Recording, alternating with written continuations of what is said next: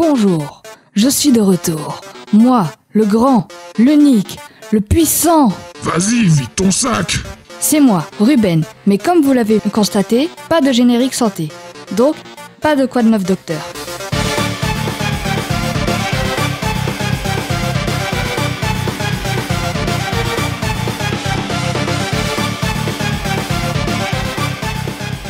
Je suis aujourd'hui là pour un nouveau projet qui s'intitule Émission en vrac.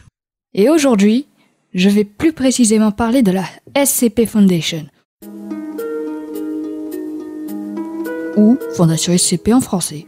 Secure, Contain and Protect. Ou en français, sécuriser, contenir et protéger.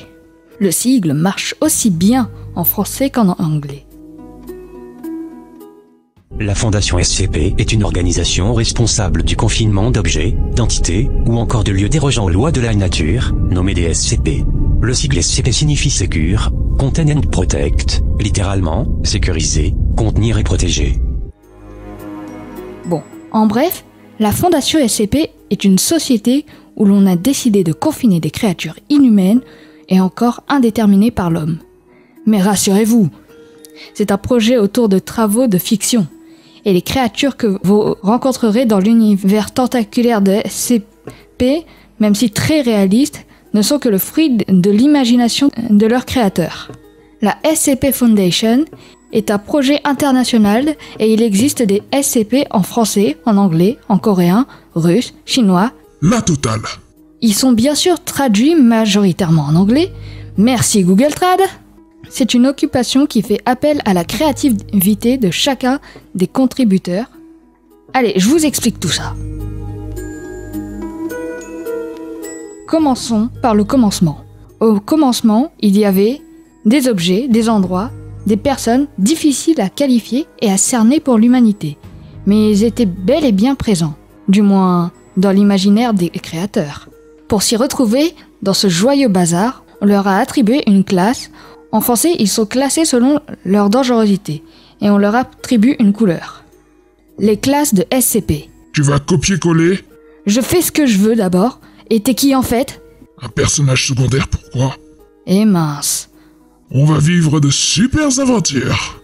Je disais donc, les classes de SCP. Attention, les classes d'objets SCP n'indiquent pas la dangerosité de l'objet, mais la difficulté à le confiner. La branche francophone de la Fondation dispose d'un autre indicateur, le niveau de menace, qui va de blanc, qui est le plus safe, à rouge, ceux qui vous sauteront à la gorge sans hésiter.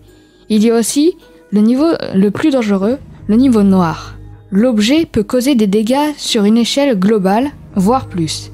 Sa rupture de confinement est synonyme d'un événement de type fin du monde et doit être considéré comme une priorité. Il est presque systématiquement attribué à une classe Cater, mais nous détaillerons ça un peu plus tard. Mais je ne vais vous parler que des classes principales.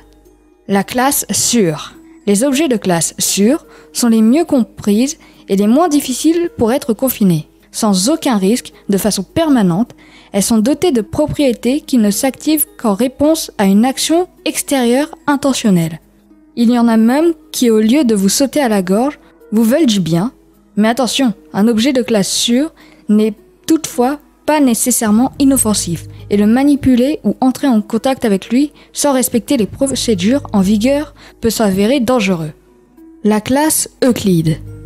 Les objets de classe Euclide sont des anomalies qui sont soit peu comprises, soit intrinsèquement imprévisibles, de telle sorte qu'un confinement précis est nécessaire pour bloquer leurs effets. Euclide est la classe intermédiaire qui désigne un objet susceptible de rompre son confinement, mais normalement incapable de le faire, si des procédures efficaces sont établies et respectées à la lettre. Cette classe peut être utilisée comme classe par défaut pour les objets SCP nouvellement découverts, et encore méconnus. En attente d'informations suffisantes pour les assigner à une classe plus appropriée, il est à noter que les anomalies dotées d'autonomie, de conscience ou de sapiens sont généralement classées Euclide au minimum, du fait qu'un objet capable d'agir ou de penser par lui-même est par définition susceptible de briser son confinement. La classe Cater. Les objets de classe Cater sont les anomalies dont le confinement requiert des procédures avancées et complexes ou qui ne peuvent pas être confinées efficacement par la Fondation avec ses connaissances et capacités actuelles.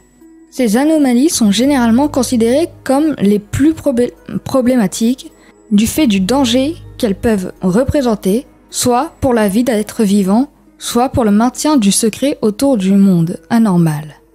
De ce fait, la Fondation investit d'importants efforts dans la recherche pour développer des confinements plus efficaces pour ces anomalies, voire, en ultime recours, neutraliser leurs effets anormaux ou les détruire.